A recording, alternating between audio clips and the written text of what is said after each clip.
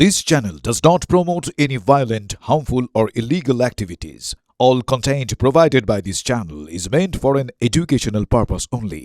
আবারও ভাটপাড়ায় shoot out. এবারে target ছিল এক ব্যবসায়ী, খুঁজে না পেয়ে শূন্যে গুলি দুষ্কৃতীদের।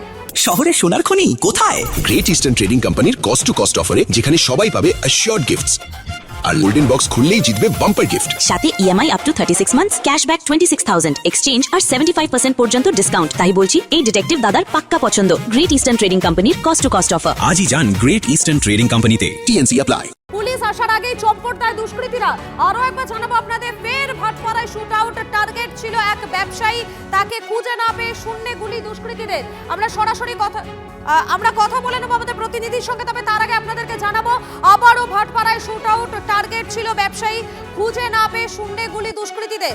পুলিশ আসার আগেই চম্পট দেয় দুষ্কৃতীরা। আপনারা দেখতে পাচ্ছেন এই মুহূর্তে সেই ছবি দেখাচ্ছি, যে সময় দুষ্কৃতীরা এসে তাকে খোঁজার চেষ্টা করে। দেখতেই পাচ্ছেন আপনারা, দেখাচ্ছি আপনাদেরকে সেই ছবি। ভাটপাড়ায় আবারও শুট আউট। টার্গেট ছিল এক ব্যবসায়ী, তাকে খুঁজে না পেয়ে শূন্যে গুলি দুষ্কৃতীদের। সেই সিসিটিভি ফুটেজ আপনাদেরকে দেখাচ্ছি, যে মুহূর্তে শূন্যে গুলি চালাচ্ছিল এই দুষ্কৃতীরা। দেখুন একবার, নীল জামা পরে যে ব্যক্তি রয়েছেন, তিনি ধীরে ধীরে এগিয়ে আসছেন এবং এসে শূন্যে গুলি চালাচ্ছেন। যারা আশেপাশে বাসিন্দারা ছিলেন, তারা আতঙ্কিত হয়ে সেখান থেকে সরে যেতে থাকেন। আরো একবার দেখুন সেই ছবি। আমাদের প্রতিনিধি অনন্ত রয়েছেন আমাদের সঙ্গে। অনন্ত, কে বা কারা এই ঘটনার সঙ্গে জড়িত, এখনো পর্যন্ত পুলিশ সূত্র মারফত কি জানতে পারছো?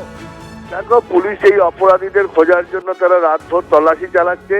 রশিদ খান ব্যবসায়ী, জল ব্যবসায়ী, তার বাড়িতেই এসেছিল এই দুষ্কৃতীর দল।